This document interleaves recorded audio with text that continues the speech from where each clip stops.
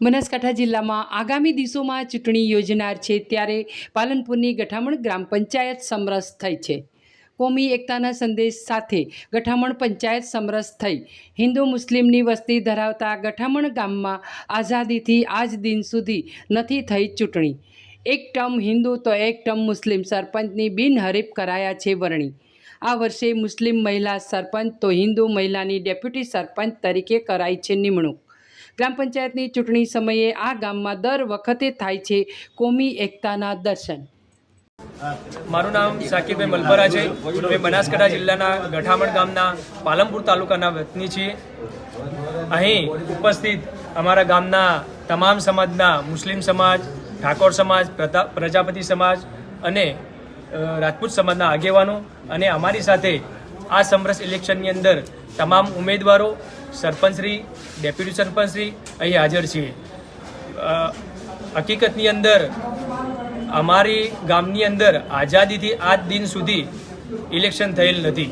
ગામના વડીલો, દરેક સમાજના આગેવાનો ભેગા થઈ અને ટર્મ મુજબ એક ટર્મ જે મુસ્લિમ સમાજની, જે મુસ્લિમ સરપંચ હોય તો હિન્દુ સમાજનો ડેપ્યુટી સરપંચ હોય અને બીજી ટર્મની 5 વર્ષ જે હોય એમાં સરપંચ ઠાકોર સમાજ હિન્દુ સમાજના હોય, ત્યાં ડેપ્યુટી સરપંચ મુસ્લિમ સમાજના હોય અને સભ્યની અંદર દરેક સમાજના એક વ્યક્તિને લેવામાં આવે છે.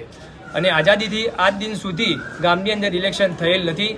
ગામના વડીલોએ જે રીતે ગામને સાથે લઈ, દરેક સમાજના લોકોને સાથે લઈ, લગ્ન પ્રસંગ હોય, બીજા સામાજિક પ્રસંગો હોય, ગામના લોકો આવા માહોલની અંદર પણ એકબીજાને સાથે લઈ જે રીતે ચાલે છે તે બદલ હું ગામના તમામ આગેવાનોનો, તમામ નવા ઉમેદવારોનો, સરપંચશ્રીનો હું ખૂબ ખૂબ આભાર માનું છું. અને અમે સાથે રહી તમામ જે રીતે સરકારશ્રી ચાહે છે કે વિકાસના કામોની અંદર તમામ સહભાગી બને, અમે સાથે રહી સહભાગી બનીશું. અને ગઠામણ ગામની અંદર જ્યાર સુધી અમે વડીલો હાજર છીએ ત્યાર સુધી સમરસ ઇલેક્શન થશે એવું અમે બાંયધરી આપીએ છીએ.